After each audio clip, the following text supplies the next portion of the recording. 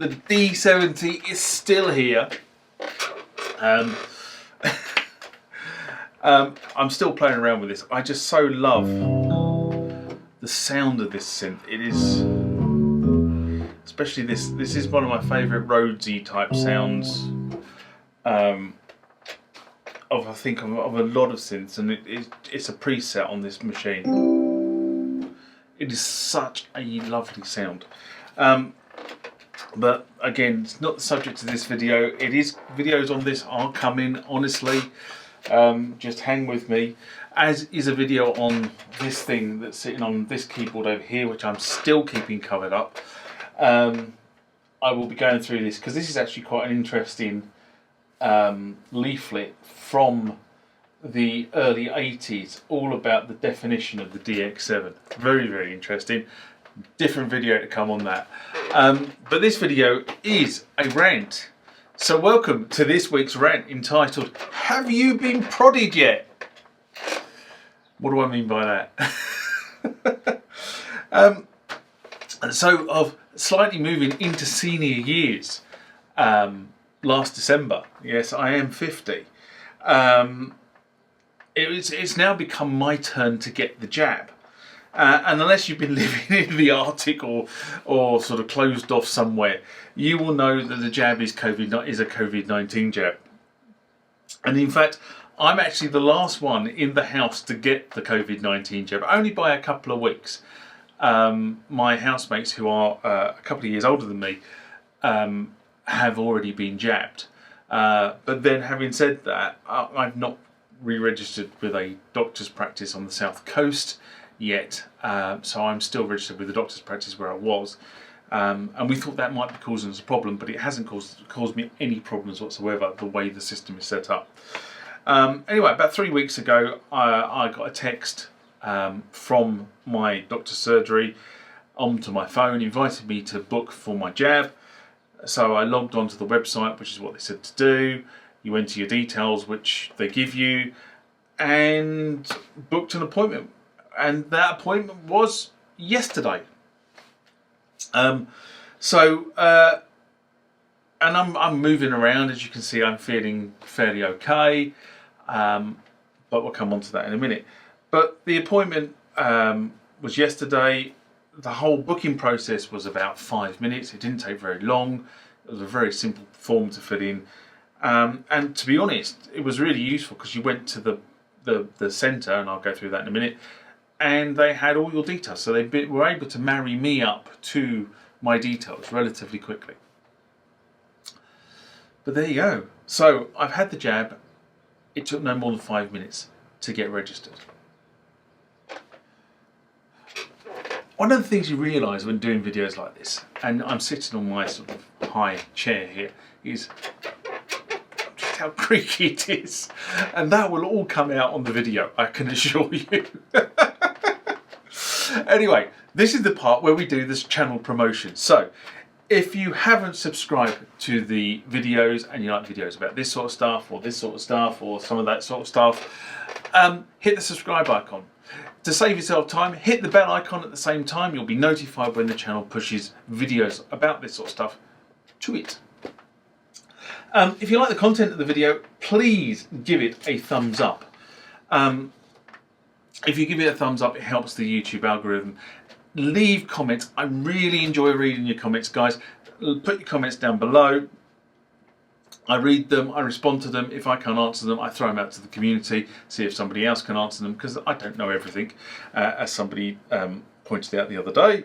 Thank you very much. And sometimes I even make videos, which is kind of like the reason the D70 is still here. And that is a completely different subject, and I will come on to that in a separate video. Anyway, leave comments. Finally, down there is the TMTG community stuff. For less than the price of a cup of coffee, go over to the TMTG community address, support the channel, support the production of videos, and finally, the Instagram, Facebook accounts. That's where things that happen get reported that don't appear on video. Anyway, back to this particular video. So here we are once again, live from the Goldfish Bowl. And Why am I talking about the COVID-19 jab? Well, let's be completely frank. The jab is the key to unlocking the local and national and international music scene. You know, if you live in an area like I do, it has quite a vibrant local music scene. We have lots of mini festivals, we have lots of pubs that have local bands who perform in them. Some of the bands I don't agree with, I don't like their music, but other bands, it's really great. And they perform outdoors because I live on the south coast. We have lots of open spaces where these sort of things happen. And none of that has happened in the last year. So I think in terms of the vaccination program, here in the UK, we kind of are ahead of a lot of our international peers. I saw a graph on the BBC website the other day that showed that Israel was just way ahead of anybody else in the world in terms of people that had the first jab and people that had the second jab. I think it said, if I remember correctly, it's about 50% of the population in Israel, which is really good going. Now, in the UK, we were about 4th or 5th in the league table of around percentage of population that have been inoculated for the first jab and percentage of population that have been inoculated for the second jab. So we're going quite well in this country. However, countries that are close to us, so I'm thinking sort of around about mainland Europe, Germany, France, Italy, Spain, etc. Looking at the news over the weekend, just as we come up to the weekend, it seems increasingly likely that France is going to be closing its schools again next week, and other places within Europe are starting to see quite significant rises in the number of cases and the number of deaths as a result of this virus. So that they're looking to sort of lock their countries down again. Now we're in the process of just coming out of, or hopefully just coming out of lockdown 3 on Monday, which is tomorrow.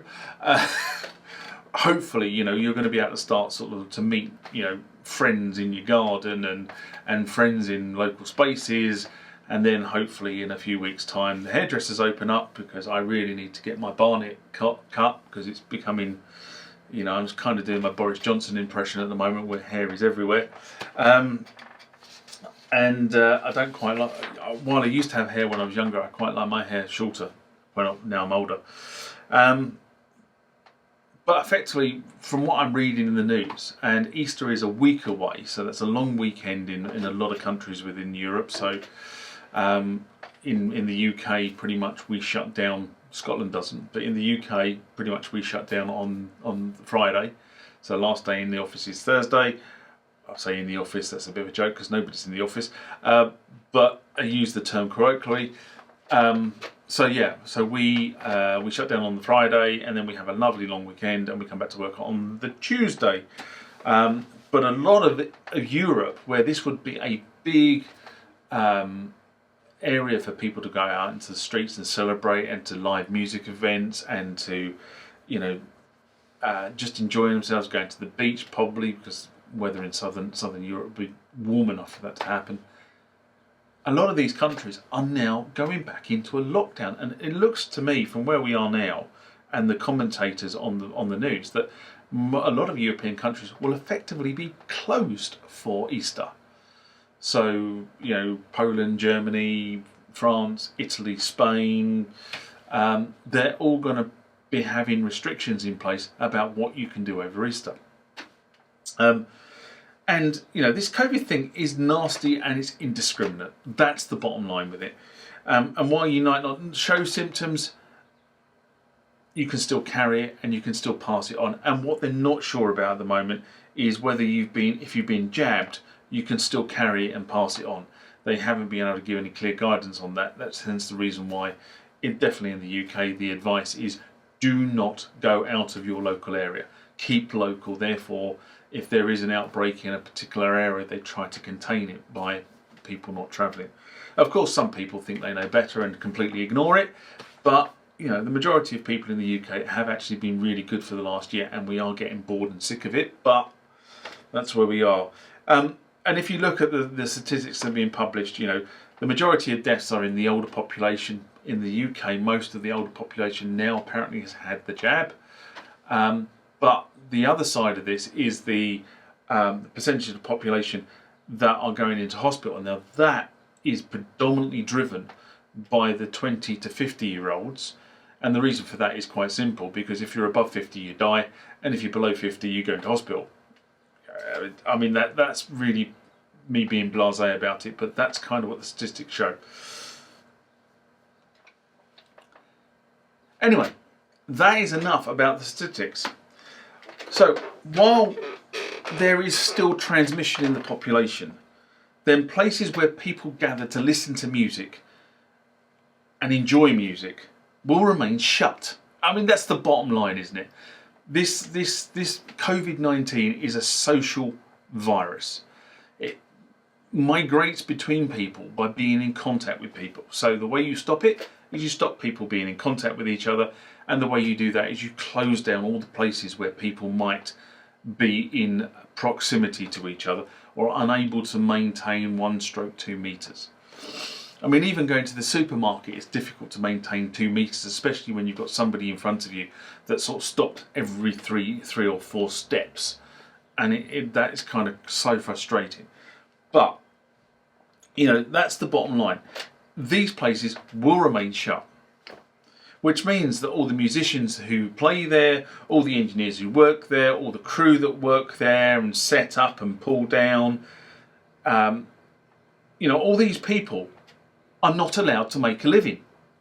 And if you've been self-employed and you can prove you've been self-employed, the UK government has been really good and has helped you.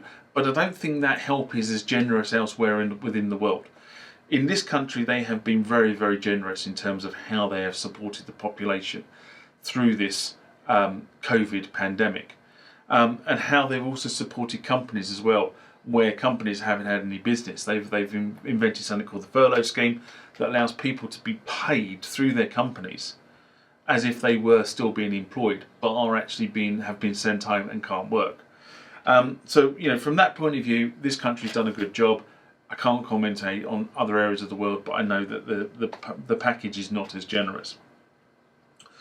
I also know, talking to friends that have recorded music on platforms like YouTube, that they see this as no substitute to standing in front of a live audience and playing. You know, that's what they do. They are musicians. They stand in front of people. They play. That's how they earn a living. And they've admitted to me, you know, that these online platforms provide some additional footfall to gigs, or they will, hopefully, once we come out of this. And maybe you know, a few more downloads from a music platform like Spotify or Apple or whoever. But for them, because of their reach, if you like, in terms of their music, playing live and the merchandise they get from playing live is how they predominantly make their living. They don't tend to make their living from selling albums and selling singles, because the market is not geared for them to do that. Unless you get picked up by somebody and your tune gets marketed, I don't know, you get picked up by a TV show and your tune is played across something on a TV show and people go to find it. Other than that, if you don't have a record deal, you are not being marketed, and therefore, you know, you're not going to make a serious amount of money from online downloads and purchases.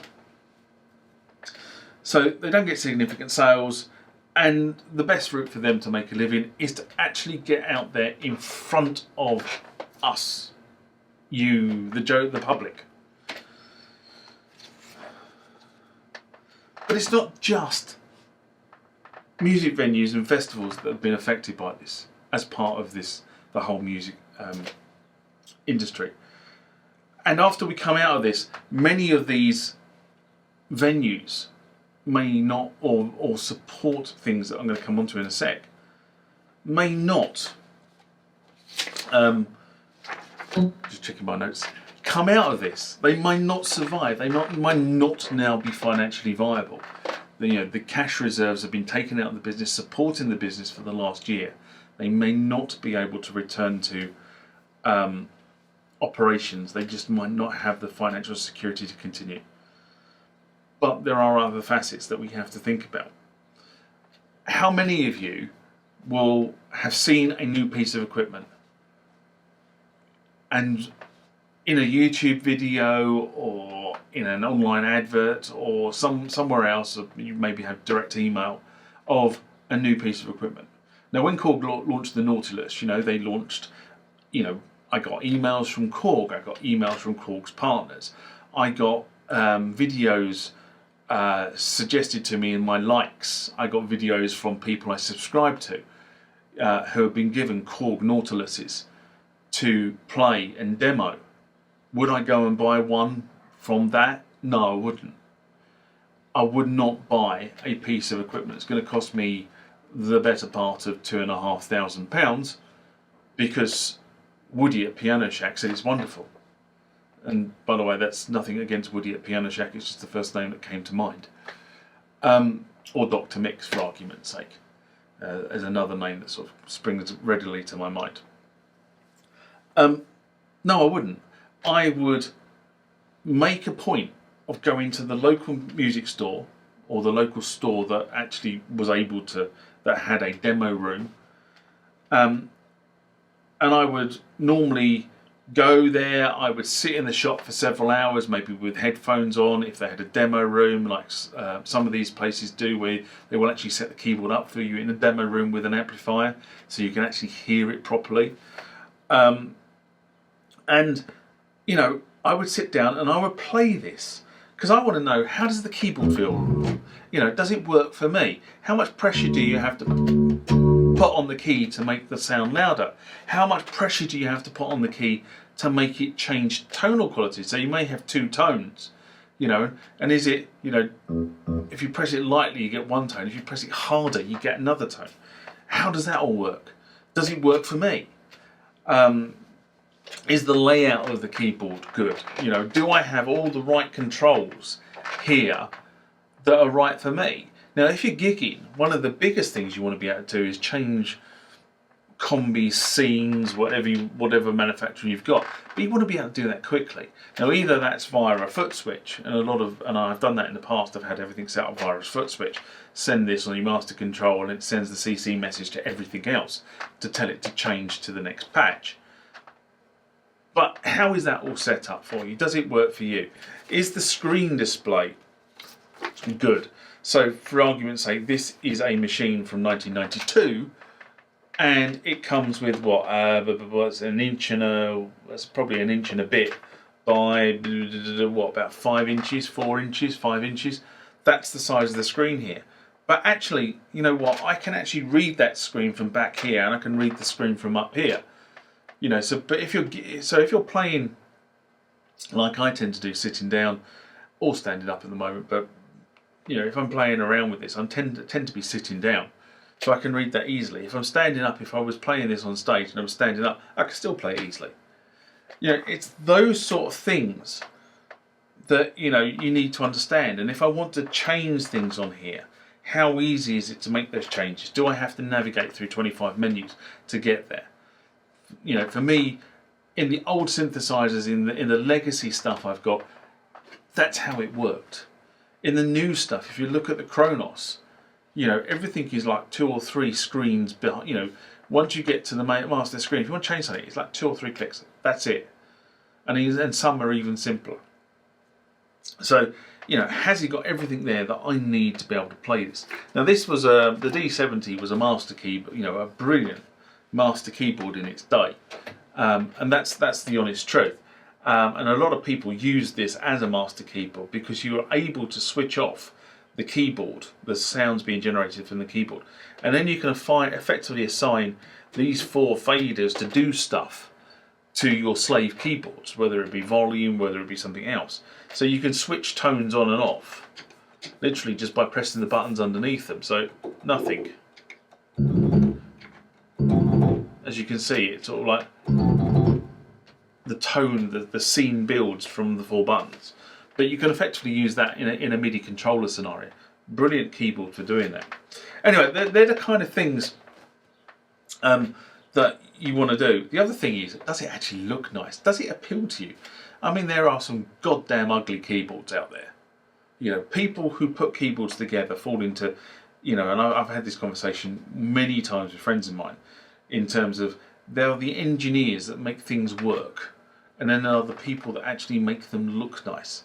You know, this keyboard is 1992, as I said, but actually it looks nice. If you were to have this on stage, it looks good. It actually looks good when it's sitting in front of me and I'm playing around with it in my goldfish bowl. But there's that to sort of work my way through. Does it look the same as what it looks in the glossy brochures and on the manufacturer's videos? You know, is it as good as they say it is? Now, I actually live close to two fairly big, well-established music shops within the UK, and I'm not afraid to plug them, either of them, because I think they're both are very, very good places for people like me, musicians generally, to go and to discover whether the instrument you want to buy is the instrument you're gonna buy. And they work on the fact that, you know, a certain degree of their footfall will come in, play the instrument, go off and order it on the internet. You know what? I'm sorry, but you shouldn't be doing that, but I understand why you do. But if you go somewhere like Anderton's in Guildford, for argument's sake, you know, you get the experience. They have keys, they have drums, they have guitars, they have percussion, they have amplification, they have brass, they have... I don't think they have strings. I don't think they do strings. But everything else pretty much they have. They have demo rooms where you can go and play this stuff. If you want to sit down at a keyboard in the key shack, you can just go in there, you can ask them for a set of headphones, they will merrily give you a set of headphones. Not particularly brilliant, but they're good enough. Or you can take your own headphones with you, which I tend to do. And you can sit down, they will give you a seat, and you can sit down and play that keyboard for several hours, and they will not interrupt you. Because at the end of the day, they know that, I don't know what the percentage is, they will buy. They will buy from Anderton's, and the price in the shop is the same as their online shop, so for them it makes no difference. It's all part of the same brand.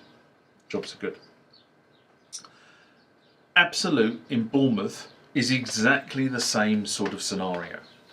Okay, they have a massive shop. It's actually probably bigger than Anderton's. Okay, in terms of floor space, it's nicely laid out. Everything you want is there. Good range of stuff. But the other side of the try before you buy experience is with Absolute. They also have rehearsal rooms. Okay, so you know, not only do they sell the gear, they actually provide spaces for musicians to go and rehearse. And that kind of brings us quite nicely into the other areas. Rehearsal spaces, studios. You know, these have been shut for most of the last year because, quite simply, unless you are one man on his own in his goldfish bowl, okay, studios can't maintain social distancing in line with the law. In the UK, it is law. It's not guidance, it's law.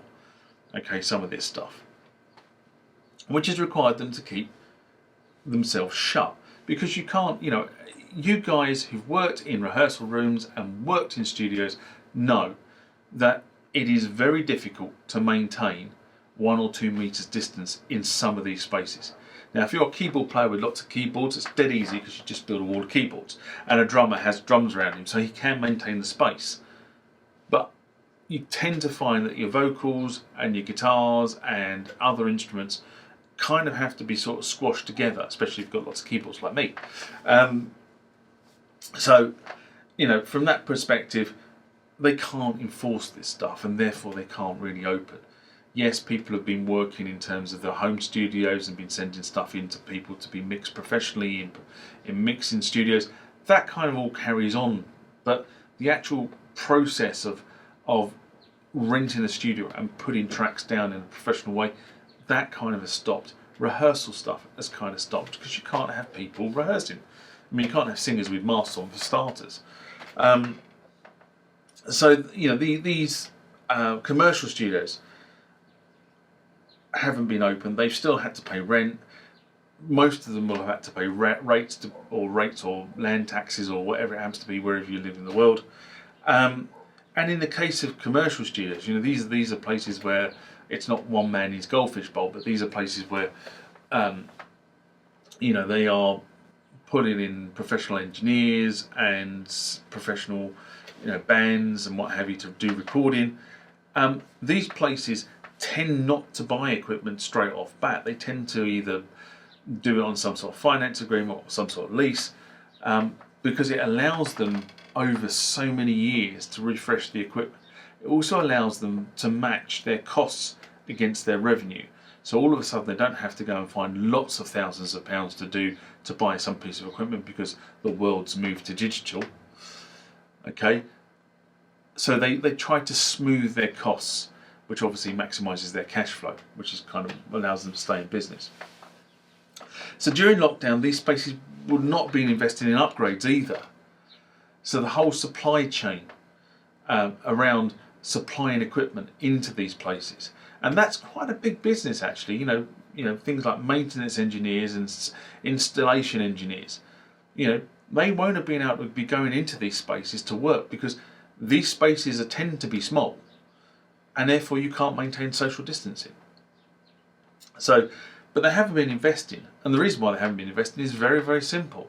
Their cash reserves have been used to keep the businesses going. So they're not investing in equipment, therefore, you know, new equipment sales might not have been as much.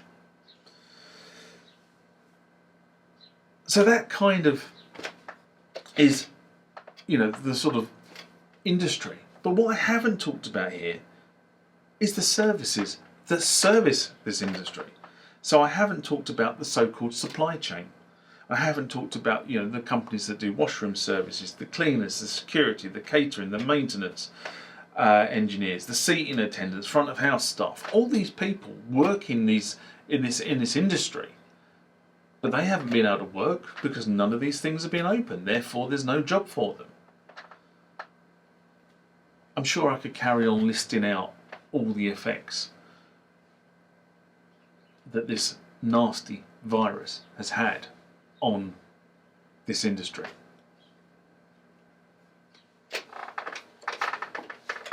So we move on to getting the jab. It kind of is a choice. If we want to see a vibrant music scene return to your local area and the national area and indeed the world, then we have to kind of stop this virus. And that means stopping people being infected and stopping the chances of this virus transmitting. I think the travel industry is going to be hit for a while longer yet, as I think, this is my personal view, I think the borders have to remain closed. So I don't think we're going to be travelling to places to and from. If you think about this virus and how quickly it has travelled, we started getting notified about a strange virus in China in late 2019. By March 2020, the UK was locked down. That was 4 to 5 months for this virus to go from China, which is pretty much on the other side of the world, to the UK, and to be spreading so fast that this country felt necessary to lock itself down. You live in other areas of the world. I know many of people who I talk to are in Europe and in the US and as far-fledged as Southeast Asia and Australia. I know that because I talk to you guys, you leave comments, you privately IM me on Instagram and Facebook. So I know that people are watching this channel around the world. It'd be nice to have a lot more people watching this channel, but the community as it currently stands is a worldwide community. And you know, you have experienced this virus in different ways. I'm just telling you how the UK has been dealing with it. So my experience of the jab was, I had it yesterday, okay? I'm not feeling fluey. Yes, my arm actually aches a bit, but funny enough, the funniest thing about this is I had the jab in this arm and I can feel it when I do that, I can feel it's a little bit tender. But actually yesterday, this arm ached. I've got no idea why, but that was really what happened to me. But apart from aching, I have had no side effects from the jab. I know friends who've had it have said that they've been wiped out for 48 hours, tiredness, feeling a bit fluey, and then after 48 hours it all kind of passed and they were back to their normal sort of bubbly and probably annoying selves. But I think everybody has a slightly different reaction to this particular jab, and I also think it depends on what jab you had. I had the Oxford AstraZeneca jab, which is probably the predominant jab that people in the UK will get because it's manufactured here. From a point of view of actually going and getting the jab done, this was a source of amusement in the house. I have to be honest. My housemates have said I had the jab a couple of weeks ahead of me. They sort of had to sort of go to one of the local hospital. They went to one of the local hospitals, which is about, I don't know, a 15-20 minute drive away, because that was the centre they were given. When I logged on to book my jab, there is a pharmacy around the corner that has a COVID jab centre, and basically what they've done is they've taken over one of the empty shops in the local arcade and have set up the jabbing centre. So I literally wandered around the corner. It took me no more than 7 minutes to walk there, and I was in and out and back here in under an hour. So it didn't take very long at all. And my advice is go for the early appointments, because if you go for the early appointments, pound to a penny, you'll be in and out quickly. So from that perspective, as I say, it's a bit achy. I can feel it when I move my arm, but it's just like I've had a heavy session in the gym. Not that I can remember the last time I was in the gym. But getting this jab means that we can reopen the music venues, the live music venues. We can see musicians do what they do best and entertain us. That's basically what we go to see them for. And if that involves a few days of an aching arm to achieve the role and whatever, then roll on jab 2, which is scheduled for June for me. But in terms of being able to travel, that I think is going to take a while. As I said, I think the travel industry is going to be hit a bit longer. I've got 2 holidays that are currently in abeyance. The hotel hopefully doesn't go bust in the meantime, but they're basically holding my money over until we're able to travel. So I fully paid for those. And I fully paid for the airline tickets as well. So when we are able to travel, then I will be using that up to go and spend some time lying by a swimming pool or lying by a beach. I also really wanted to go and see Andre Rieu in Vienna this year, because friends of mine have been to see Andre Rieu in live, and they've said he is absolutely brilliant. And the venue they do in Vienna, I think it's Vienna, is absolutely the big piazza they set up in is fantastic. And you're probably sitting there going, well, hang on a minute, you're an electronic dance man. Why do you want to go and see Andre Rieu? Because it's a show. Okay, my music taste is quite eclectic. I do listen to classical music. I wouldn't put myself down as a aficionado of classical music, but I do listen to classical music. And actually seeing classics played by a showman, because that's what Andre Rieu is, in a setting like Vienna, I see as quite appealing. So not only are you going to a show, you're going to a city, you can explore the city, see the show and have a thoroughly good time. And they serve some pretty damn good beers over there as well. So that's why I want to go and see that. As I said, I also want to go and lie in the sun. Now, as I say, if that requires me to have a COVID passport going forward, then you know what? It's a very decisive subject in the UK at the moment. Lots of people are saying it's quite unfair to insist on COVID-19 travel documents or a passport. But you know what I say? If I need a COVID-19 passport to be able to go and lie on a beach in a hot climate, then you know what? I'll get one. I've had both jabs. That's what I'm going to do. So, how am I going to leave this? Well, it's very simple. If you get offered the opportunity to have the jab, have it. It gives you a level of protection against this nasty virus. And believe me, I know people who've had this. I've seen people who I work with or have worked with in the past contact me to say what their experiences are having this virus, and how they didn't even know they had it until all of a sudden they were unable to get out of bed or whatever it happens to be. One of my former work colleagues was in a coma for nearly 6 weeks as a result of this virus. So it is nasty. I've got friends who've lost family, so if you get offered, take the jab. Protect yourself. Protect your family, the people around you. Don't put yourself into places where there's going to be lots of people and you can transmit it easily to people you love. And hopefully, if we all do this, then the grassroots music industry will open up again and come back stronger than we were before we went into this. And on that note, I'm going to say, live long and prosper. Bye-bye.